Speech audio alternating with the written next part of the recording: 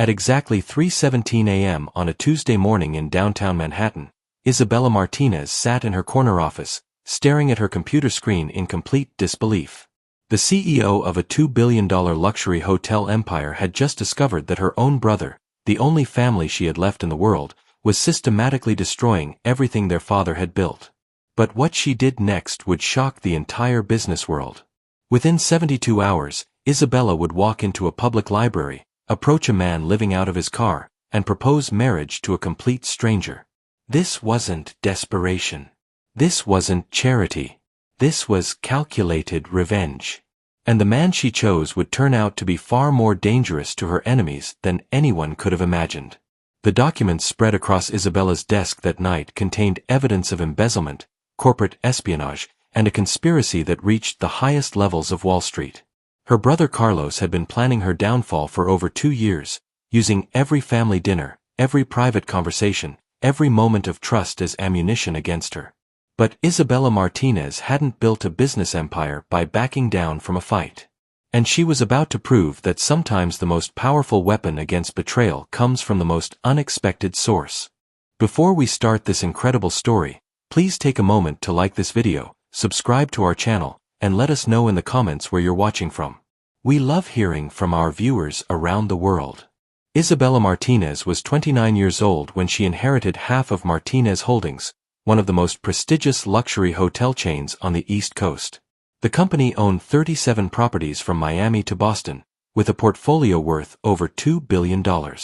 But inheritance was just the beginning of her story. When Isabella's father, Miguel Martinez, died of a sudden heart attack 2 years earlier, he left behind a company that had been his life's work. Miguel had started with a single motel in Queens in 1985, working 18-hour days, cleaning rooms himself when staff called in sick, and slowly building a reputation for excellence that would eventually attract the attention of Fortune 500 companies. The will was straightforward. Isabella would inherit 50% of the company, along with the position of Chief Executive Officer. Her younger brother Carlos would inherit the other 50% and handle the investment side of the business from the company's Miami headquarters. Isabella had always been the responsible one. While Carlos partied his way through college and racked up gambling debts that their father quietly paid off, Isabella graduated summa cum laude from Wharton Business School. While Carlos bounced between failed startups and get-rich-quick schemes, Isabella worked her way up through every department of Martinez Holdings, learning the business from the ground up. Their father's death had brought them closer together, or so Isabella thought. Carlos seemed to finally understand the weight of responsibility that came with the family name. He moved to Miami, claiming he wanted to expand their presence in the Florida market. Isabella supported the plan, even transferring $15 million from the company's development fund to help Carlos establish operations. For 2 years, Isabella ran the day-to-day operations from New York while Carlos handled what he called strategic investments from Miami. They spoke every Tuesday evening without fail, family calls where Isabella would update Carlos on new acquisitions, renovation projects, and financial performance. Carlos always seemed interested, asking detailed questions about profit margins, upcoming deals, and market projections. Isabella trusted her brother completely. After all, they were the last 2 members of the Martinez family. Their parents were gone, their grandparents had passed away years earlier, and they had no other siblings. It was just Isabella and Carlos against the world, carrying on their father's legacy together. But trust, as Isabella was about to discover, could be the most expensive mistake of all. The night that changed everything started like any other. Isabella had stayed late at the office to review contracts for a potential acquisition in Boston.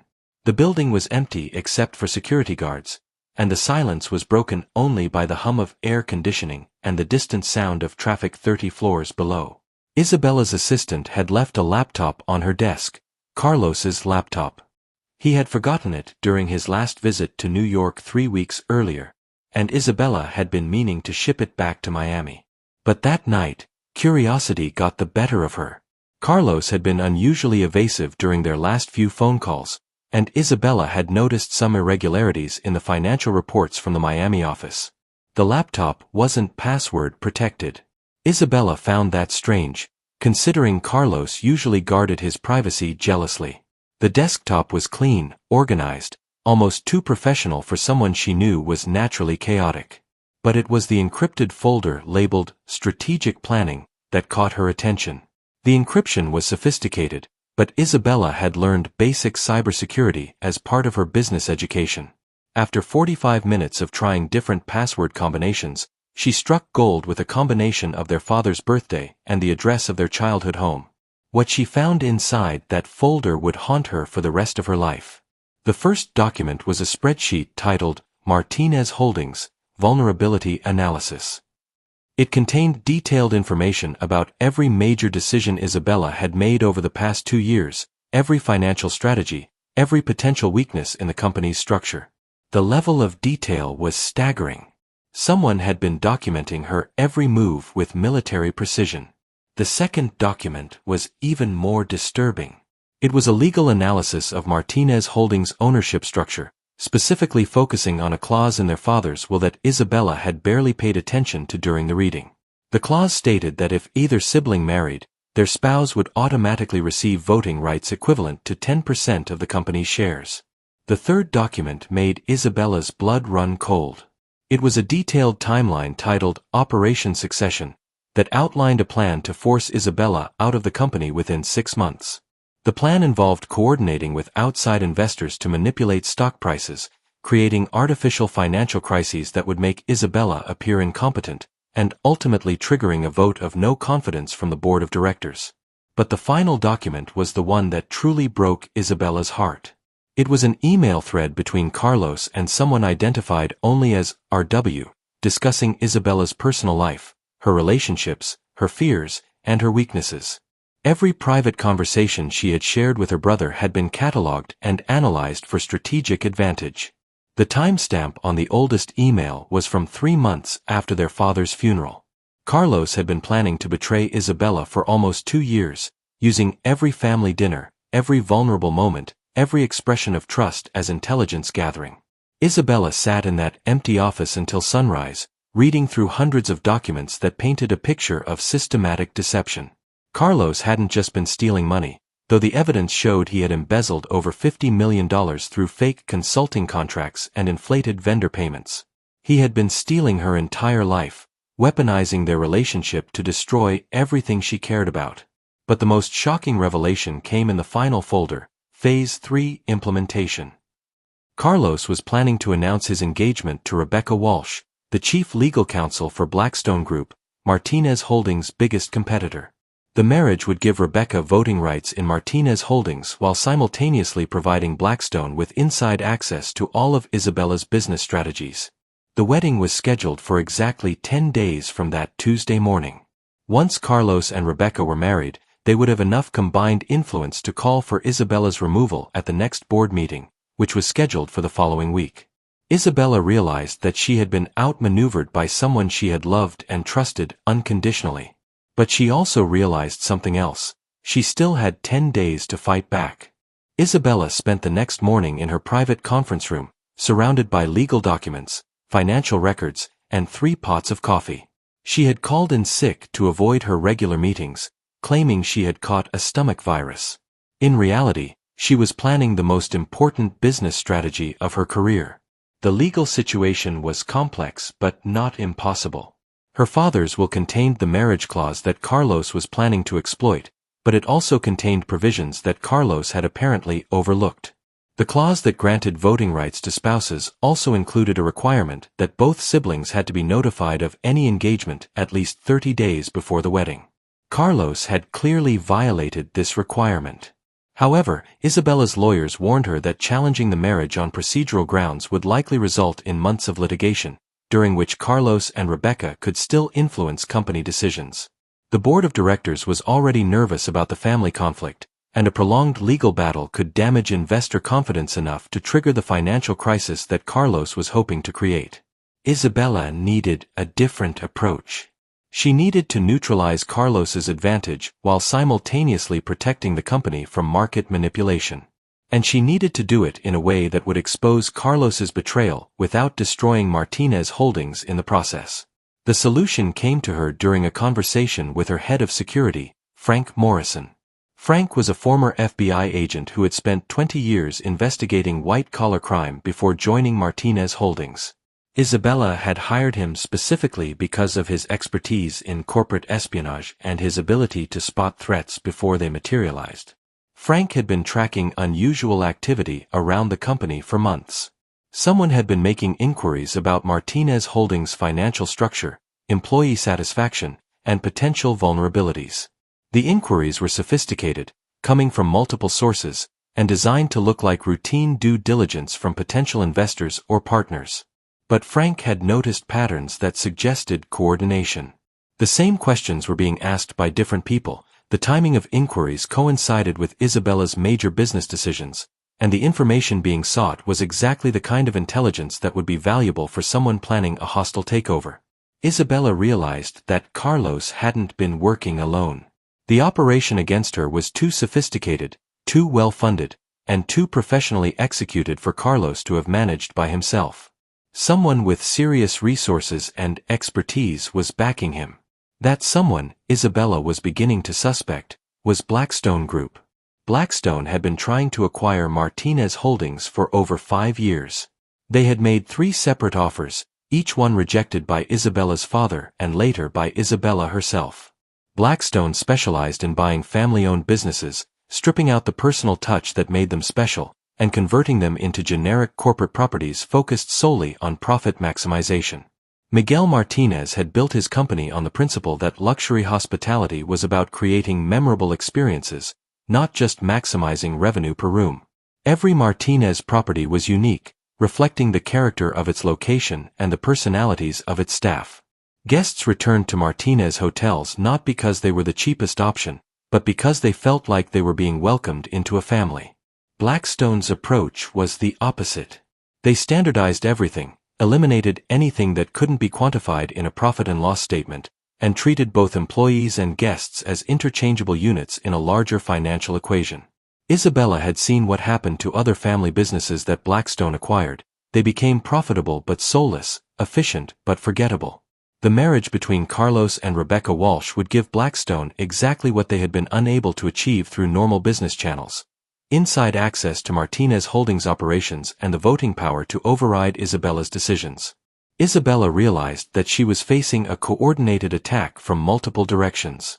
Carlos was providing inside information and emotional manipulation. Rebecca was providing legal expertise and strategic planning. Blackstone was providing financial resources and market manipulation capabilities. Together, they had created a perfect storm designed to destroy everything her father had built. But Isabella had one advantage that her enemies had overlooked: they had underestimated her completely. Isabella understood that she needed to fight fire with fire. If Carlos was using marriage as a weapon, she would use marriage as a shield. But finding the right person for this strategy would be more complicated than simply hiring a lawyer or a consultant. The marriage clause in her father's will was specific about the requirements for spousal voting rights. The spouse had to be legally married to the Martinez sibling, the marriage had to be legitimate under New York state law, and the spouse had to be able to demonstrate understanding of their fiduciary responsibilities to the company's shareholders. This meant that Isabella couldn't simply hire an actor or pay someone to sign a fake marriage certificate. She needed someone who could withstand legal scrutiny, who could convincingly participate in board meetings and shareholder discussions, and who had the intelligence and integrity to handle the enormous responsibility that would come with voting rights in a $2 billion company. More importantly, she needed someone who couldn't be compromised by Carlos or Blackstone. Anyone from Isabella's social circle, anyone with existing business connections, anyone with financial vulnerabilities that could be exploited, all of these people were potential security risks. Isabella realized that she needed to find someone who was completely outside the corporate world, someone with nothing to lose and no hidden agendas. Someone who had been overlooked or dismissed by society, but who possessed the intelligence and character to handle the situation with dignity. The inspiration came from an unexpected source: a conversation she had overheard between 2 of her housekeeping staff members. They were discussing a regular patron at the public library downtown, a man who spent every day researching legal cases and helping other people navigate bureaucratic problems. The housekeepers mentioned that this man was incredibly knowledgeable about business law and had once worked in finance, but was currently homeless and living out of his car. Isabella realized that someone with financial expertise who had been blacklisted from the corporate world would be exactly the kind of person who could understand her situation while being immune to pressure from her enemies. Someone who had lost everything would have nothing left to lose, which could make them either completely unreliable or completely trustworthy. She decided to investigate. The New York Public Library's main branch on Fifth Avenue was a place Isabella hadn't visited since her college days. But she remembered the reading rooms, the quiet corners where serious researchers could spend hours surrounded by books and documents. If someone was conducting legal research on a daily basis, they would likely have established a routine. Isabella spent 3 days observing the library during different hours, looking for someone who matched the description she had heard. She was looking for patterns, for someone who appeared to have made the library their unofficial office. On the 3rd day, she found him. Thomas Rivera was 35 years old, but he looked older. The lines around his eyes spoke of stress and sleepless nights, and his clothes, while clean and carefully maintained, showed the wear of someone who had been making the same wardrobe last for months. But his posture was straight, his appearance was neat, and the way he organized his research materials suggested a methodical, professional mind. Isabella watched him from across the reading room for over an hour.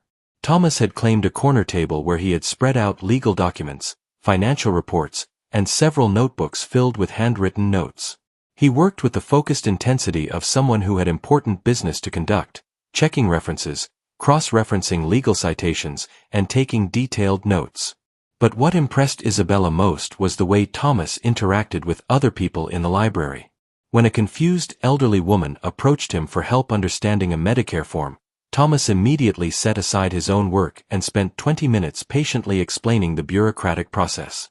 When a young father struggled with his toddler while trying to use the computer terminals, Thomas offered to watch the child while the father completed his job application.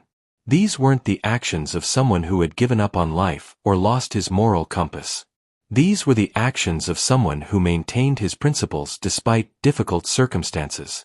Isabella spent another 2 days researching Thomas Rivera's background through public records and news archives. What she found convinced her that she had discovered exactly the ally she needed.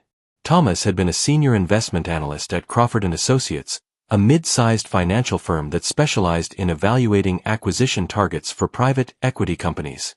He had been considered one of the most promising young professionals in the industry, with a reputation for thorough research and ethical analysis.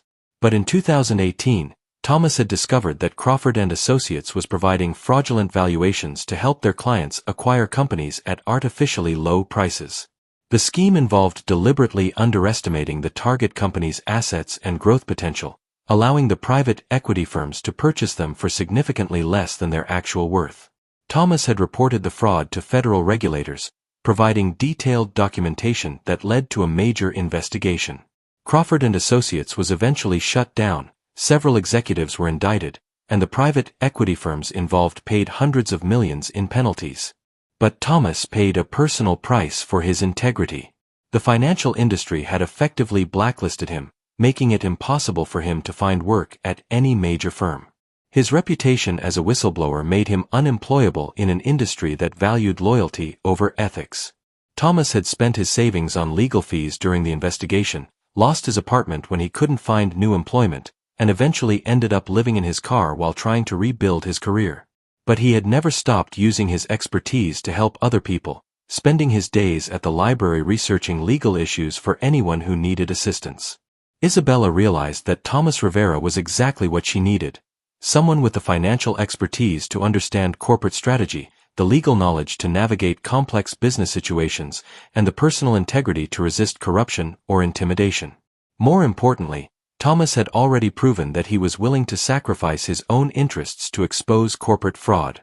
He had fought against exactly the kind of systematic deception that Carlos and Blackstone were using against Isabella. But approaching Thomas would require delicacy. Isabella couldn't simply walk up to a homeless man and offer him money to marry her.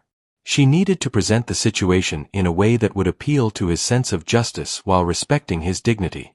She decided to be completely honest about her situation and let Thomas make his own decision. Isabella approached Thomas on a Thursday afternoon when the library was relatively quiet.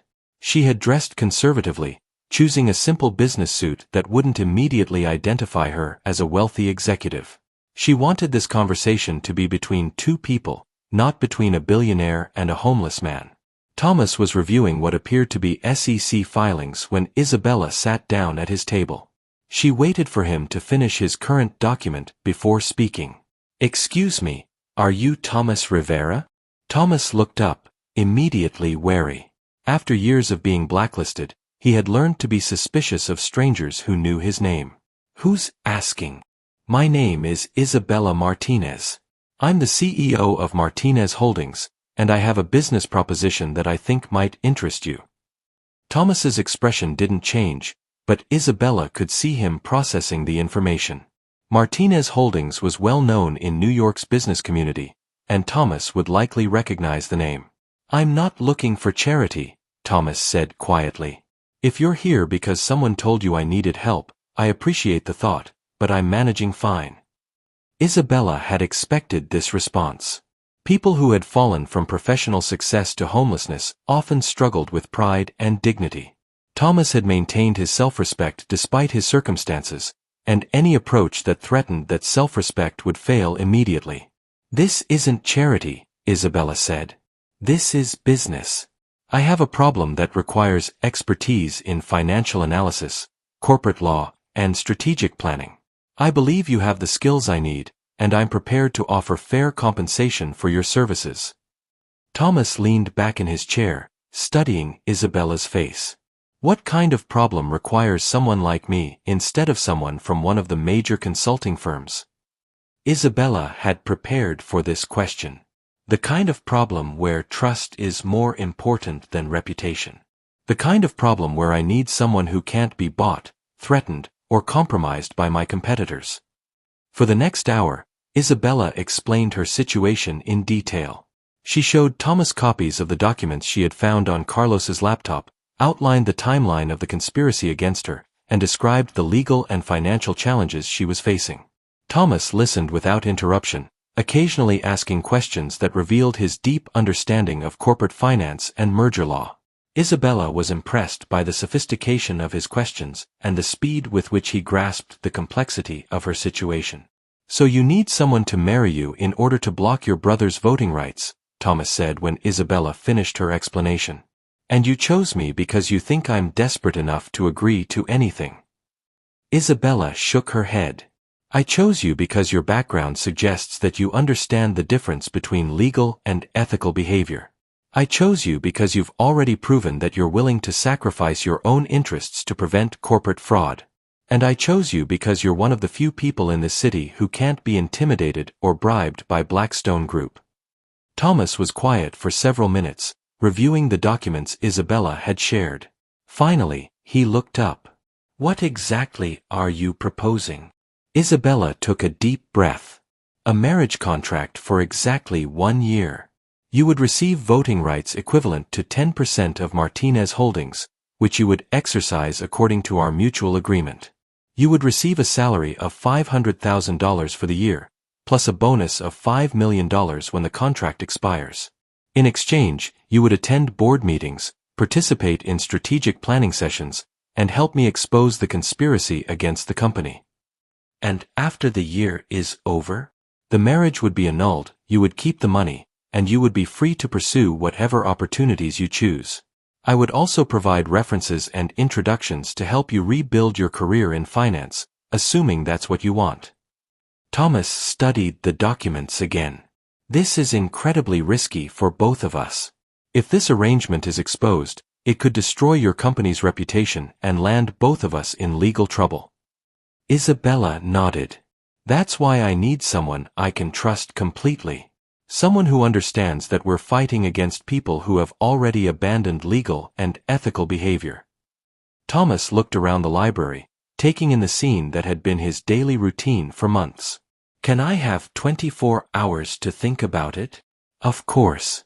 But I should mention that my brother's wedding is in 6 days. If we're going to do this, we need to move quickly." Thomas stood up and began packing his research materials. I'll meet you here tomorrow at the same time.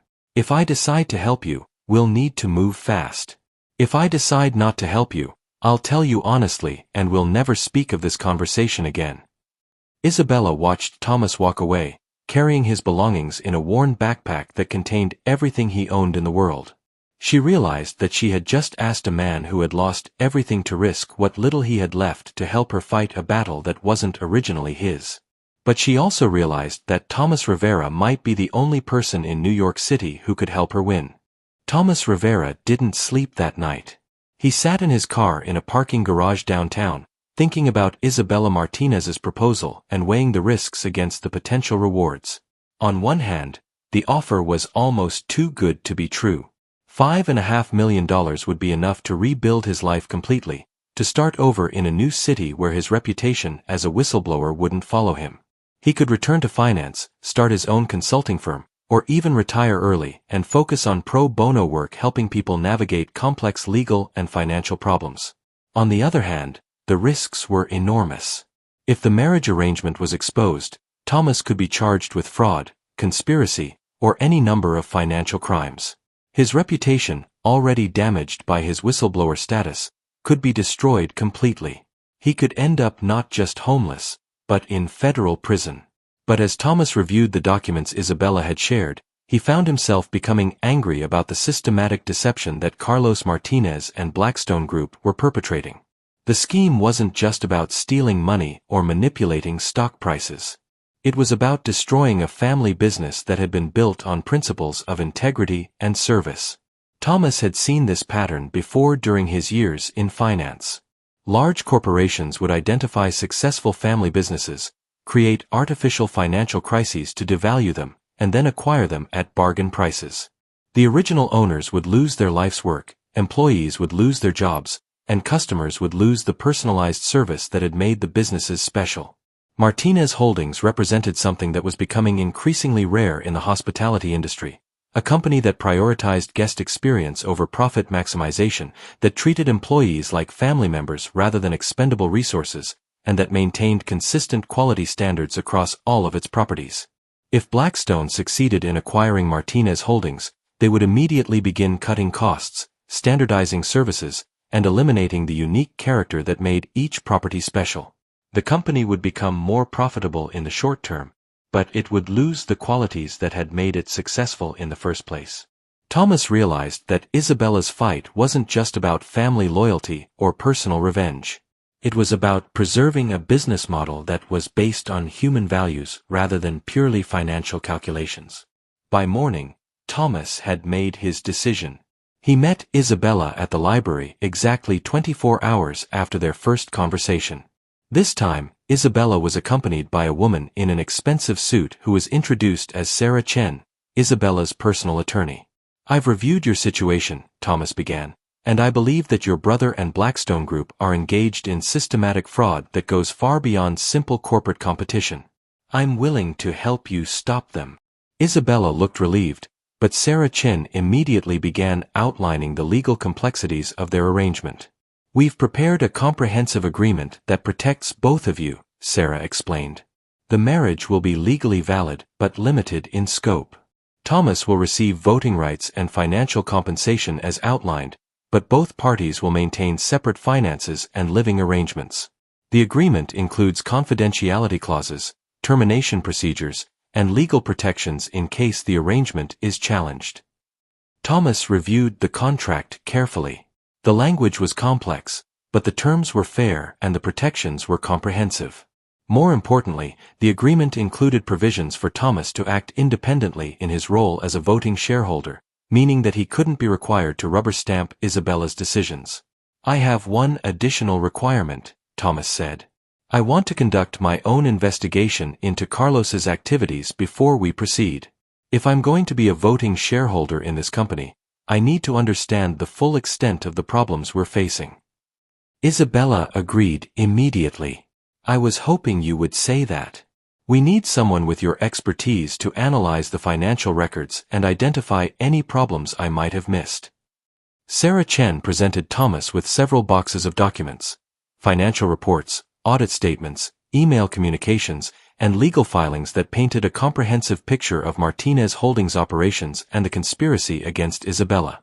Thomas spent the next 18 hours reviewing everything, working through the night in Isabella's private conference room. What he found was worse than Isabella had realized. Carlos hadn't just been embezzling money and sharing inside information.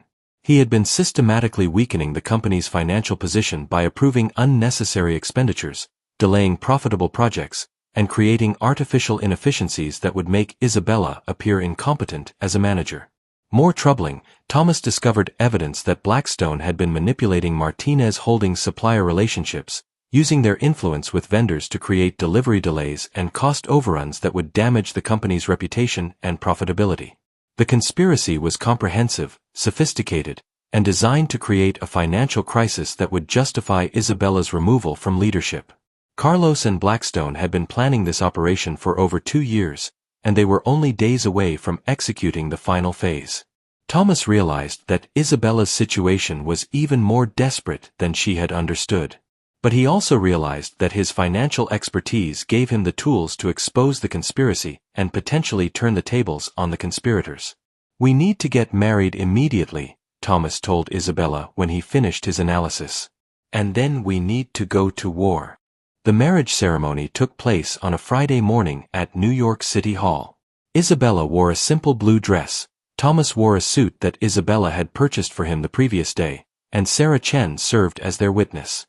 The entire proceedings took less than 30 minutes. To any outside observer, it would have appeared to be a routine civil ceremony between two people who preferred privacy over pageantry. The clerk who performed the ceremony had no idea that she was officiating a marriage that would determine the fate of a $2 billion company. But Thomas and Isabella both understood the gravity of what they were doing. They were entering into an arrangement that would either save Martinez Holdings or destroy both of their reputations. There was no middle ground. After the ceremony, Isabella and Thomas returned to the Martinez Holdings headquarters to begin planning their strategy. Thomas had identified several immediate priorities that would need to be addressed before Carlos's wedding and the subsequent board meeting. First, they needed to document the evidence of Carlos's embezzlement and Blackstone's market manipulation in a format that could be presented to federal regulators and law enforcement agencies. The conspiracy involved securities fraud, wire fraud, and potentially money laundering, all of which were serious federal crimes. Second, they needed to protect Martinez Holdings from further sabotage by implementing new financial controls and auditing procedures. Carlos still had access to company accounts and vendor relationships, which he could use to create additional problems in the days leading up to the board meeting. Third, they needed to prepare for the inevitable media attention that would follow the revelation of Isabella's marriage. Carlos and Blackstone would certainly try to portray the marriage as a desperate stunt, and Isabella needed to be ready to defend her actions publicly. Thomas threw himself into the work with the focused intensity that had made him successful in his previous career. He reviewed financial records, interviewed key employees, and began building a comprehensive case against the conspiracy. Isabella was impressed by Thomas's professionalism and expertise. Within hours of becoming her husband, he had identified financial irregularities that her own accounting staff had missed. His questions were insightful, his analysis was thorough, and his recommendations were both practical and strategically sound. But more importantly, Isabella found herself trusting Thomas completely. He could have used his position to demand additional compensation, to influence company decisions for his own benefit, or to position himself for a permanent role in the organization. Instead, he focused entirely on protecting the company and its employees from the conspiracy against them. Thomas, meanwhile, was discovering that Isabella Martinez was nothing like the stereotypical corporate executive he had expected. She knew the names of housekeeping staff members, personally reviewed customer complaint letters, and made decisions based on long-term value rather than short-term profit. The company that Isabella had built was exactly the kind of organization that Thomas had hoped to work for throughout his career. Profitable but principled, successful but not ruthless, competitive but not destructive. As they worked together through the weekend, Thomas began to understand why Blackstone was so determined to acquire Martinez Holdings. The company represented everything that modern corporate culture had abandoned: loyalty, integrity, and genuine concern for stakeholders beyond shareholders. By Sunday evening, Thomas and Isabella had developed a comprehensive plan for exposing the conspiracy and protecting the company. But they both knew that the real test would come the following week, when Carlos returned from Miami for his wedding and the final confrontation began. Carlos Martinez arrived in New York on Monday morning, 3 days before his scheduled wedding to Rebecca Walsh. He came directly to the Martinez Holdings headquarters, expecting to find Isabella in a state of panic about the impending board meeting. Instead, he found Isabella in her office, calmly reviewing quarterly reports with a man he didn't recognize. "Isabella, we need to talk," Carlos said, barely acknowledging Thomas's presence. "Of course," Isabella replied. "Carlos, I'd like you to meet my husband, Thomas Rivera."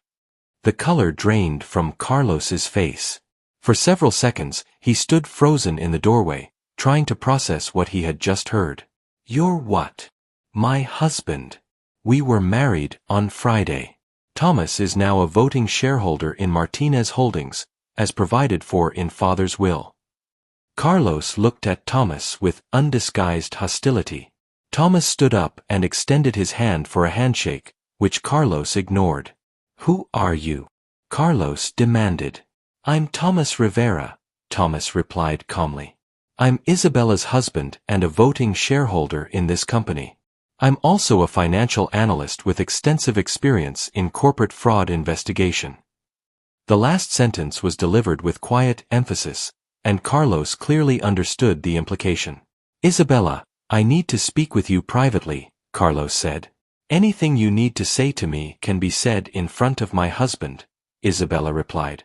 "After all, we're all family now."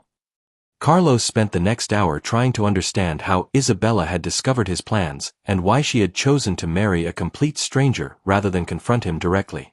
He probed for information about Thomas's background, trying to identify potential weaknesses or vulnerabilities that could be exploited. But Thomas was prepared for this interrogation.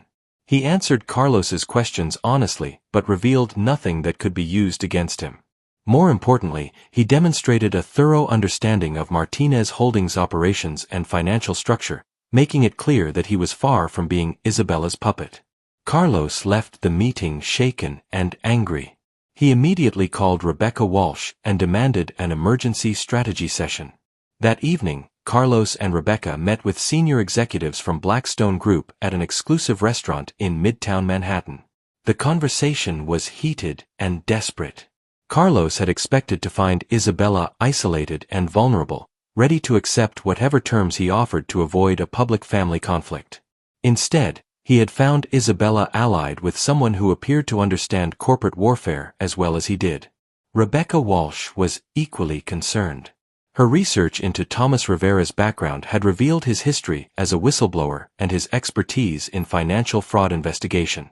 Thomas was exactly the kind of person who could identify and expose the conspiracy that Carlos and Blackstone had been carefully constructing. The Blackstone executives were furious. They had invested significant resources in the operation against Martinez Holdings, including bribes, market manipulation, and the placement of Rebecca as Carlos's fiancée.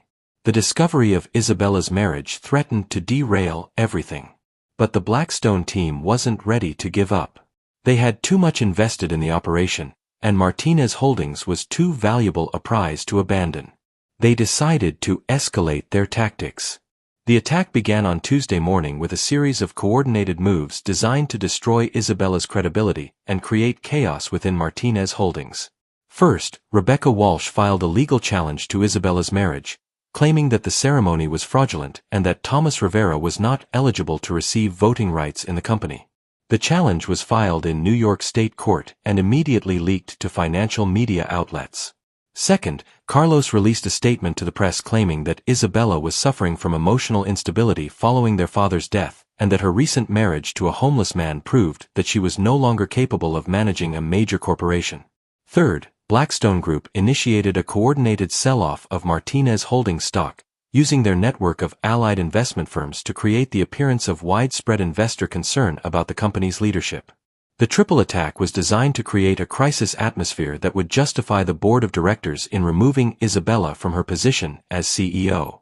Even if her marriage to Thomas was legally valid, The board could argue that her judgment was compromised and that she posed a risk to shareholder value.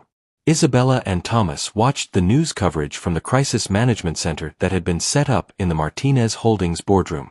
Financial news channels were running continuous coverage of the Martinez Holdings family feud, complete with unflattering photographs of Thomas from his homeless period and speculation about Isabella's mental state. But Isabella remained calm. She had expected this reaction, and she was prepared for it. "They're making a mistake," Isabella told Thomas as they watched CNBC's coverage of the stock sell-off. "They're so focused on attacking us personally that they're ignoring the legal and financial evidence we've assembled against them." Thomas nodded. "They're also creating a public record of their coordination. Rebecca's legal filing, Carlos's press statement, and Blackstone's stock manipulation all happened within hours of each other. That's going to be difficult to explain as coincidence." Isabella smiled for the first time in days. "Exactly. They're proving our conspiracy case for us." That afternoon, Isabella held a press conference at Martinez Holdings headquarters. She was joined by Thomas, Sarah Chen, and Frank Morrison, the head of security who had been investigating the conspiracy for months. The press conference was a masterclass in crisis management. Isabella spoke calmly and professionally, presenting the evidence of Carlos's embezzlement and Blackstone's market manipulation without appearing defensive or emotional. She provided specific dates, dollar amounts, and documentation that painted a clear picture of systematic fraud. Thomas spoke briefly but effectively, demonstrating his expertise in financial analysis and his legitimate qualifications as a voting shareholder. He answered reporters' questions about his background honestly, acknowledging his period of homelessness while emphasizing his professional credentials and his role in exposing corporate fraud in the past.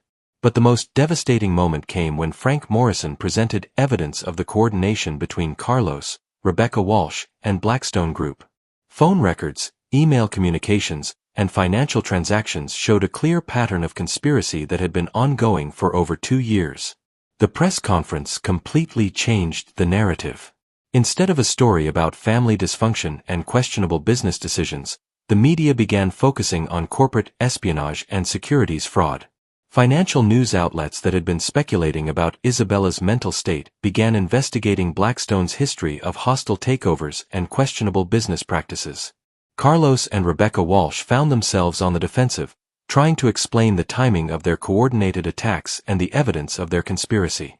Blackstone Group's stock price began falling as investors became concerned about potential legal liability.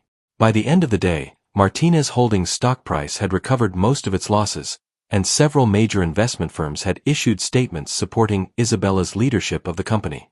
But the real victory came that evening, when the FBI announced that they were opening a formal investigation into allegations of securities fraud and market manipulation involving Martinez Holdings. The FBI investigation moved quickly. Federal agents had been monitoring Blackstone Group's activities for months as part of a broader investigation into corporate fraud in the hospitality industry. Isabella's evidence provided the missing pieces they needed to build a comprehensive case. Within 48 hours, federal agents had executed search warrants at Blackstone Group's headquarters, Rebecca Walsh's law office, and Carlos's apartment in Miami. They seized computers, financial records, and communication devices that contained evidence of the conspiracy. Carlos panicked. He had never expected that his plan against Isabella would attract federal law enforcement attention. Corporate family disputes were supposed to be resolved in boardrooms and courtrooms, not with FBI raids and criminal investigations. Rebecca Walsh was equally concerned. As a lawyer, she understood the serious legal jeopardy she faced if the government could prove that she had participated in securities fraud. Her career, her reputation, and her freedom were all at risk. But the Blackstone executives were the most worried. The company had been under federal scrutiny for years because of their aggressive acquisition tactics and questionable financial practices. The Martinez Holdings conspiracy was exactly the kind of case that could trigger a comprehensive investigation into all of their operations. Thomas worked closely with the FBI investigators, providing financial analysis and helping them understand the complex web of transactions that Carlos and Blackstone had used to manipulate Martinez Holdings' operations. His expertise proved invaluable in decoding the sophisticated fraud scheme. Isabella, meanwhile, focused on protecting Martinez Holdings from further damage. The FBI investigation had created uncertainty among employees, customers, and business partners, and Isabella needed to reassure all of these stakeholders that the company would continue operating normally despite the legal proceedings. She announced new corporate governance measures designed to prevent future fraud, including independent auditing procedures, enhanced financial controls, and ethics training for all employees. She also established a whistleblower protection program that would encourage employees to report suspicious activities without fear of retaliation. Most importantly, Isabella began the process of rebuilding trust with the Martinez Holdings board of directors. Several board members had been influenced by Carlos's campaign against Isabella, and they needed to understand the true nature of the conspiracy before they could make informed decisions about the company's leadership. Thomas played a crucial role in these discussions. His financial expertise and his independent perspective helped board members understand the sophisticated nature of the fraud scheme and the steps that Isabella had taken to protect the company. The board's confidence in Isabella was further strengthened when they learned about the financial irregularities that Thomas had identified and the new security measures that had been implemented to prevent future problems. By the end of the week, it was clear that Carlos's plan had not only failed but had backfired completely. Instead of destroying Isabella's reputation and taking control of Martinez Holdings, Carlos had exposed himself to criminal prosecution and strengthened Isabella's position as the company's leader. Carlos's wedding to Rebecca Walsh was scheduled for Saturday evening at an exclusive venue in the Hamptons. 300 guests had been invited, including prominent figures from the finance and legal communities who had been expected to witness the union that would give Blackstone Group influence over Martinez Holdings. Instead, the wedding was cancelled on Friday afternoon when Rebecca Walsh was arrested by federal agents on charges of securities fraud, conspiracy, and money laundering. The arrest warrant detailed Rebecca's role in the conspiracy against Martinez Holdings, including her participation in planning the hostile takeover, her assistance in Carlos's embezzlement scheme, and her use of insider information to manipulate the company's stock price. Carlos was arrested the same day at his Miami apartment. The charges against him included embezzlement, wire fraud, and conspiracy to commit securities fraud.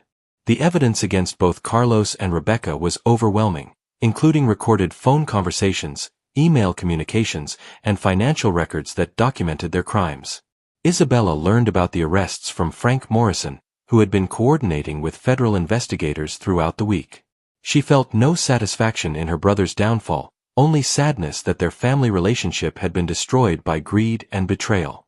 Thomas found Isabella in her office that evening, sitting alone and staring out at the city lights. She had been strong and focused throughout the crisis, but the emotional cost of her brother's betrayal was finally beginning to show. "Are you okay?" Thomas asked quietly. Isabella turned away from the window. "Carlos was the only family I had left. Even after everything he did, I keep thinking about when we were children, before money and business complicated everything." Thomas sat down across from Isabella's desk. "I'm sorry. I know this isn't how you wanted things to end."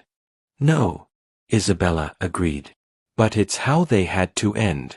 Carlos made his choices, and those choices had consequences. I couldn't let him destroy everything our father built just to preserve our family relationship."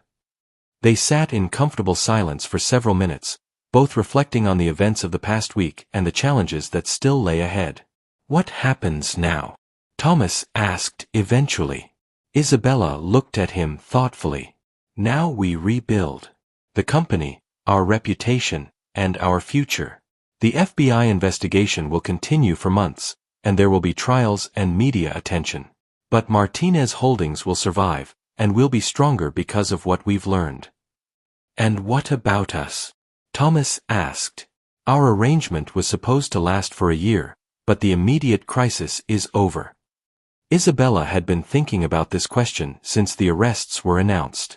Her marriage to Thomas had begun as a business strategy, but over the past week, she had come to respect and trust him in ways that went far beyond their contractual agreement.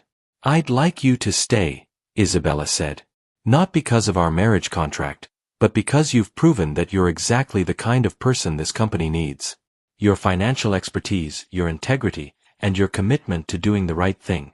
Those are qualities that are rare in the business world. Thomas considered the offer carefully. What role are you thinking about? Chief Financial Officer. Full executive authority over all financial operations, with a salary and benefits package that reflects the importance of the position. And if you want to make our marriage more than just a business arrangement, I'd be open to exploring that possibility as well. Thomas looked surprised. You're serious? Isabella smiled. I've learned that sometimes the most important business decisions are also personal decisions. You've already proven that you're someone I can trust completely. That's worth more than any contract.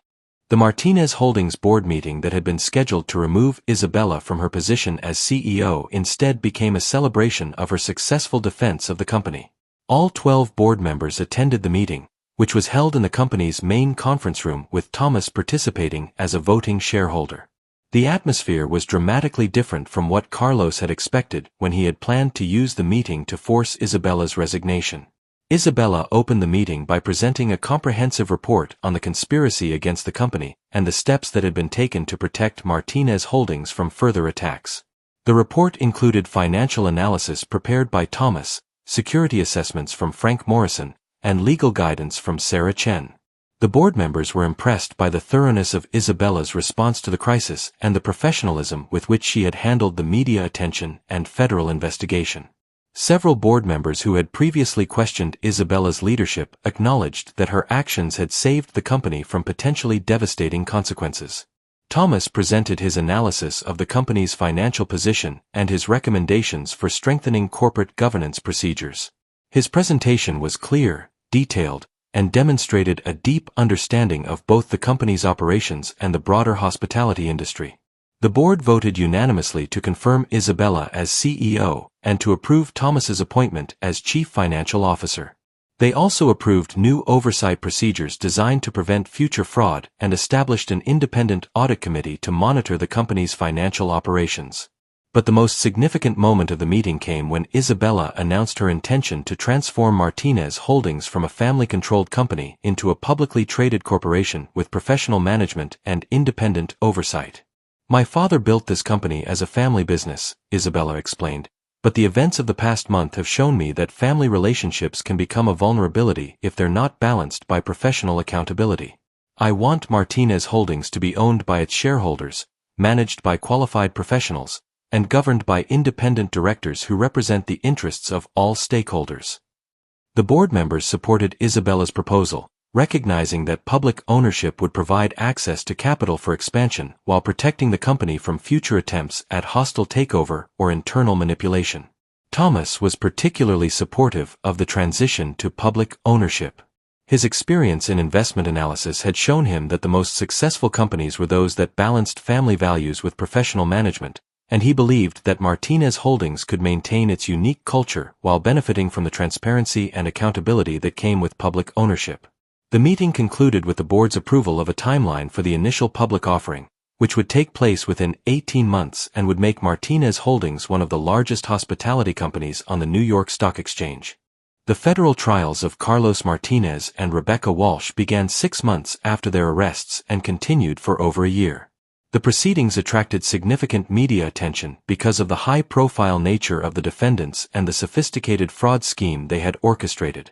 Carlos was convicted on all charges, including embezzlement of over $50 million, securities fraud, and conspiracy to manipulate stock prices. He was sentenced to 12 years in federal prison and ordered to pay full restitution to Martinez Holdings. Rebecca Walsh was convicted of securities fraud, conspiracy, and money laundering. Her conviction was particularly significant because she had used her position as a lawyer to facilitate criminal activities, which resulted in additional penalties including disbarment and a 15-year prison sentence. Several Blackstone Group executives were also convicted on charges related to market manipulation and attempted corporate fraud. The company itself faced hundreds of millions of dollars in fines and was placed under federal oversight to prevent future violations. Throughout the trials, Thomas served as a key witness for the prosecution, providing expert testimony about the financial aspects of the conspiracy and the methods that had been used to manipulate Martinez Holdings' operations. His testimony was clear, detailed, and helped jurors understand the complex financial transactions that had been central to the fraud scheme. Isabella testified about the personal impact of her brother's betrayal and the steps she had taken to protect the company from the conspiracy. Her testimony was emotional but professional, and it helped establish the extent of the damage that Carlos and his co-conspirators had attempted to inflict on Martinez Holdings. The trials were a difficult period for Isabella personally, as she was forced to relive the betrayal and watch her brother be sentenced to more than a decade in prison. But the convictions also provided closure and vindicated her decision to fight back against the conspiracy. More importantly, the trials established legal precedents that strengthened protections for family-owned businesses against hostile takeovers and internal fraud.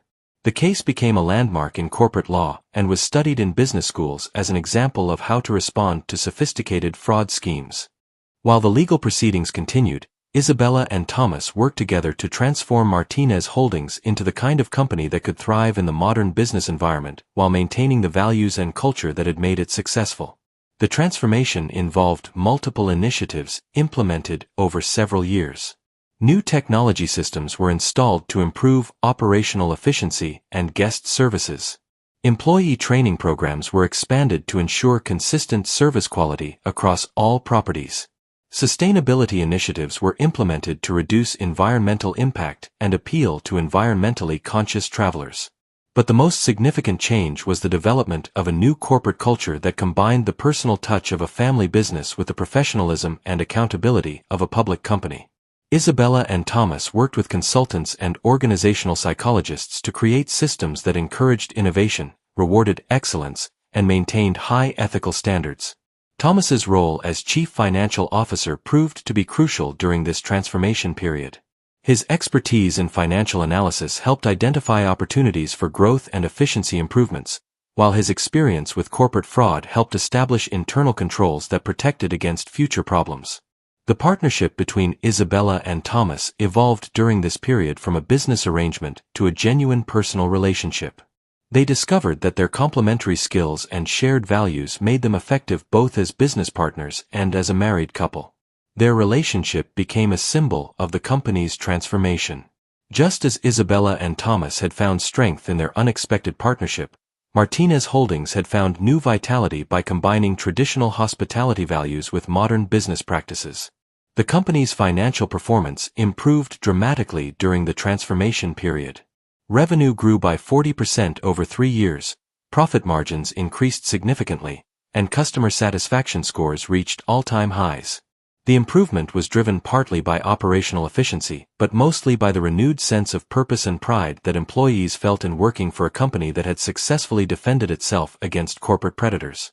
The initial public offering of Martinez Holdings took place exactly 18 months after the board meeting that had approved the transition to public ownership.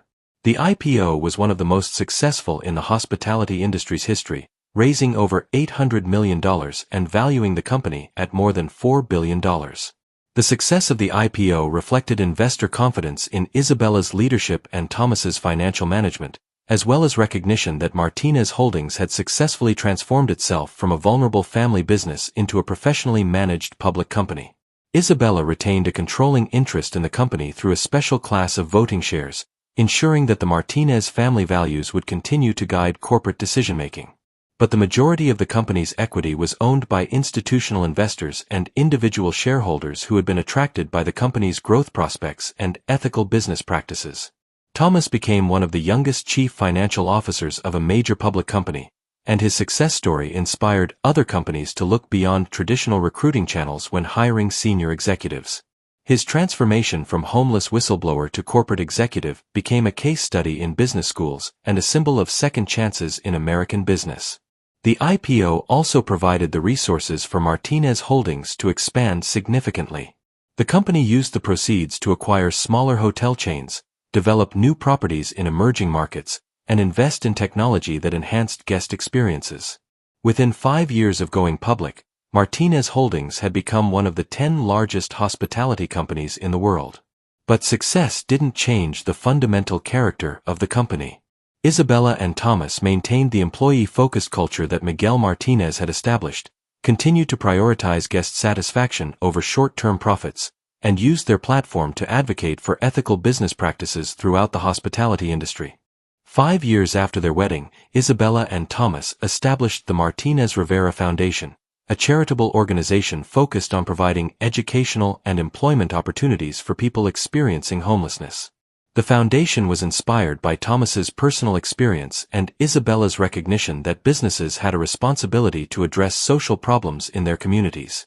The foundation's programs included job training, financial literacy education, and placement services that helped homeless individuals find stable employment and housing. The foundation's flagship program was a partnership with major hotel chains to provide entry-level positions and career advancement opportunities for people transitioning out of homelessness. The program was based on the principle that stable employment was the most effective path out of homelessness, and it achieved remarkable success rates in helping participants achieve long-term stability. Thomas took personal responsibility for managing the foundation's operations, using his financial expertise to ensure that charitable contributions were used efficiently and effectively. He also served as a spokesperson for the foundation, sharing his own story to reduce stigma and encourage other businesses to hire people with non-traditional backgrounds. Isabella supported the foundation through Martinez Holdings' corporate social responsibility programs and by encouraging other business leaders to address homelessness in their communities. The foundation became a model for corporate philanthropy and was recognized by multiple organizations for its innovative approach to addressing social problems. The foundation's work attracted national attention and led to policy changes that made it easier for homeless individuals to find employment and housing.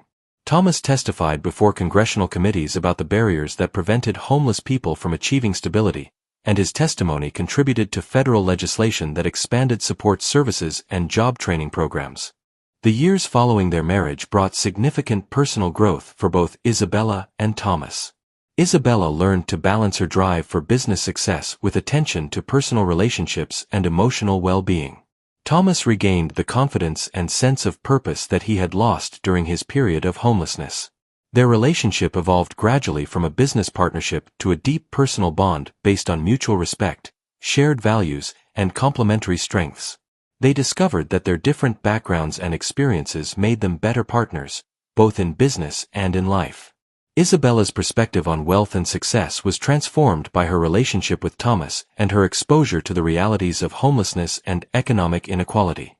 She became an advocate for progressive business practices and used her platform as a successful CEO to encourage other leaders to consider their social responsibilities.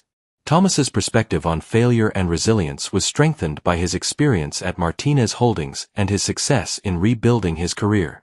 He became a mentor to other people who had experienced professional setbacks, providing guidance and encouragement to help them rebuild their lives.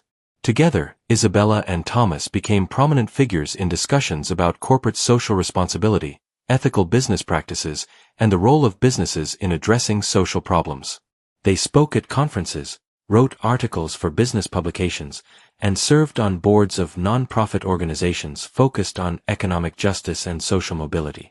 Their personal story became an inspiration to many people facing difficult circumstances, demonstrating that setbacks could be overcome and that success could be achieved through integrity, hard work, and mutual support. 10 years after their first meeting in the New York Public Library, Isabella and Thomas had built one of the most successful and respected companies in the hospitality industry. Martinez Holdings operated over 200 properties worldwide, employed more than 50,000 people, and generated annual revenues of over $6 billion. But their legacy extended far beyond financial success. The company had become a model for ethical business practices, employee engagement, and corporate social responsibility. The Martinez Rivera Foundation had helped thousands of people transition out of homelessness and find stable employment. And their personal story had inspired countless individuals to overcome adversity and pursue their goals with integrity. The transformation of Martinez Holdings from a family business threatened by internal betrayal to a global corporation committed to social responsibility demonstrated that businesses could be both profitable and principled. The company's success challenged the conventional wisdom that corporate success required ruthless competition and exploitation of stakeholders. Isabella's leadership style, which emphasized collaboration, transparency, and long-term value creation, became a case study in business schools and influenced a new generation of executives. Her willingness to take personal risks to protect her company's values inspired other leaders to prioritize integrity over short-term profits. Thomas's journey from financial industry whistleblower to homeless individual to corporate executive became a symbol of resilience and second chances. His story encouraged other companies to look beyond traditional credentials when hiring and to recognize that personal character was often more important than professional pedigree. Their marriage, which had begun as a strategic business arrangement, became a partnership that demonstrated the power of trust, mutual respect, and shared values. Their relationship showed that the most successful partnerships were based on complementary strengths and a common commitment to making a positive difference in the world. As Isabella sat in her office on the 10th anniversary of her father's death, she reflected on the extraordinary journey that had brought her to this point. The company that Miguel Martinez had built with 18-hour days and unwavering principles had not only survived the conspiracy against it, but had grown into something larger and more influential than he could have imagined. The betrayal by Carlos had been devastating personally, but it had ultimately strengthened both Isabella and the company. The crisis had forced Isabella to develop new skills, build new relationships, and discover resources she hadn't known she possessed. The experience had taught her that the greatest threats often came from unexpected sources, but that the most powerful allies could also be found in unlikely places. Thomas's role in the company's transformation had exceeded all expectations. His financial expertise had been crucial, but his integrity and commitment to ethical business practices had been even more valuable. He had brought to Martinez Holdings a perspective that combined professional competence with personal authenticity, creating a culture that attracted talented employees and loyal customers. The legal victory over Carlos and Blackstone Group had established important precedents for protecting family businesses from internal fraud and external manipulation. The case had shown that sophisticated fraud schemes could be defeated by careful preparation, expert analysis, and courageous action. The success of Martinez Holdings as a public company had demonstrated that businesses could maintain their core values while growing and adapting to changing market conditions. The company's culture had evolved, but it had retained the personal touch and commitment to excellence that had made it special. Isabella realized that her father would have been proud of what the company had become. Miguel Martinez had believed that business success should be measured not just by financial returns but by the positive impact on employees, customers, and communities. Martinez Holdings had achieved both financial success and social impact, creating value for all stakeholders while maintaining the highest ethical standards. The story of Isabella and Thomas had become more than just a business success story. It had become a testament to the power of integrity, resilience, and partnership in overcoming seemingly impossible challenges. Their journey from desperate strangers to successful partners had shown that the most meaningful relationships were often forged in the crucible of shared adversity. As Isabella looked toward the future, she saw new challenges and opportunities ahead. The hospitality industry continued to evolve, requiring constant innovation and adaptation. Social problems like homelessness and economic inequality demanded ongoing attention and resources. And the next generation of business leaders needed role models who could demonstrate that success and social responsibility were not mutually exclusive. But Isabella faced these challenges with confidence, knowing that she had a partner who shared her values and a company that had proven its resilience. The conspiracy that had been designed to destroy Martinez Holdings had instead made it stronger, more focused, and more committed to its mission of providing exceptional hospitality while making a positive difference in the world.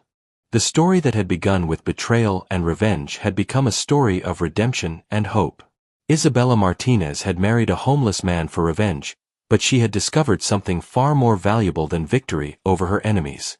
She had found a partner, a purpose, and a path toward a future that honored her father's legacy while creating new possibilities for success and service.